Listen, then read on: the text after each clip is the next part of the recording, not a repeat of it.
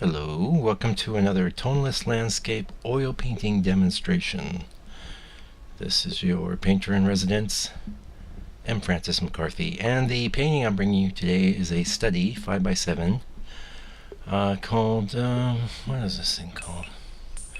Near the Village, and I painted it back in February of 2017, so probably in January, who knows, February, January, it gets to be a blur.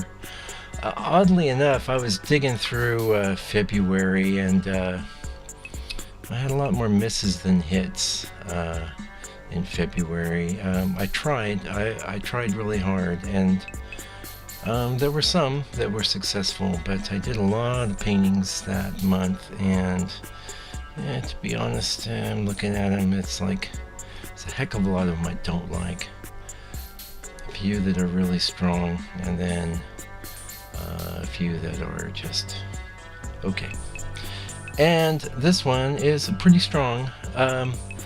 Actually, the 5x7 I really like, and I like the 10x14. It took a while to grow on me. The thing I had in mind was kind of doing a lavender sort of thing, and it's veering on that sort of saccharine thing I was talking about a couple videos back, and I didn't go there, but I could have, and I didn't, but anyway, well, if I'd started painting little flowers in the side of the road, that kind of thing, you'd know that I was going to be in trouble. And if that's your thing, I'm not dissing you, man. It just doesn't work for me. It doesn't work. Anyway, I was in the studio today and did a little painting. In fact, if you don't mind, I'm going to get that offloaded onto my computer here while I'm thinking about it. It is Saturday, and what is it, the 20th today? Saturday the 20th. All day. It's in the evening now, and I don't usually do these videos in the evening, so if I seem a little more subdued, I guess well, that is what it is. But I'm pretty happy with the little painting I did today. It was a little 5x5, and I'll be right back. Yeah, sorry for the interruption there. A friend of mine called, and I think we're talking about this little square painting I did, which came out nice. It actually, interestingly, has a kind of intense blue in the sky, just small patches of it with yellow clouds.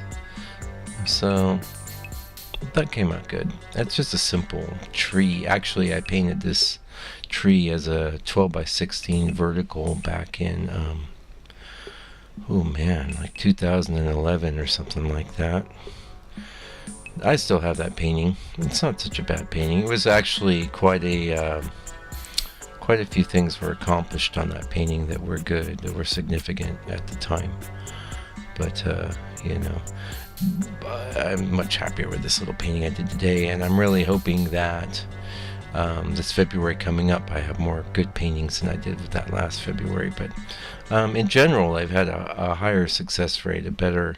I'm learning more and more. Of course, if you listen to my blogcasts or videos from 2 years ago, you'll hear me say the same thing. I'm learning more and more what doesn't work.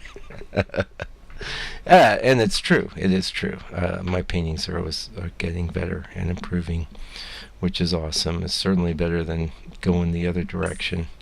And you're either improving or you're not. You're going backwards. Life doesn't really seem to support, just treading water. Anyway, also was yesterday I was doing a little 6x8 that's kind of in a blue-purple theme with little accents of green. And I talked about this a little bit last week. I had to paint the trunks out that I installed, and just paint the sky over, and then wait for it to dry, coat it with some liquid, and then paint some new trunks directly over the top of the sky, and that looks good. I'm happy with that. You might wonder, well, why do the liquid? Why not just do over the paint? Well, the coating of liquid will enable me to wipe off any mistakes. So, also, I do like to build up a real strong paint film, so I tend to, well, and the other reason, generally, I put a coat of liquid down in between each stage because it helps me judge my values better, because some of the pigments dry with a very matte finish, and some dry with a shiny finish, and it's hard to see what's what. A lot of painters will do what's called oiling out to deal with this, which they'll take a little bit of linseed oil on a rag and just rub it over the painting, and yeah, I could do that, but I kind of like to build up a surface, and the liquid's all part of that process, and I've been doing it that way for ages. But I am going to be getting a larger studio this year, and I have starting to formulate plans for doing much larger paintings, like we're talking, I don't know, 24-36s and things like that, maybe 30-40, and would be a different approach. I'm going to have to use a different approach. There's a guy I follow on Instagram. He's got a really interesting wet technique he uses to start his paintings that I think is kind of good. Maybe for also large paintings, I'll probably be working on canvas or linen, because Masonite's great up to a certain size, and panels. Masonite's better than the panels because Masonite doesn't have the propensity for warping like the marine ply does.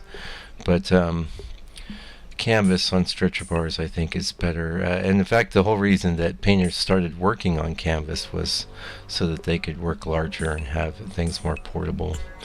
And it just makes sense. In fact, a lot of times you can roll up your oil painting. I don't think it's a great idea to do that for any real extensive length of time, but it is something that you can do. It's possible. And you can restretch things, and you can also people like I've seen Richard Schmidt, he tapes a bit of linen down to a board. That looks attractive to me. I might end up trying that too. We'll see. Anyway, I'm sort of just I don't have a studio. It's not even built yet, so I don't know why I'm talking about it. But anyway, we're getting pretty close to the end here. Thank you for joining me today, and I hope you're having a good New Year and a good January. And until you see me again, which will be not too long, please take good care and stay out of trouble.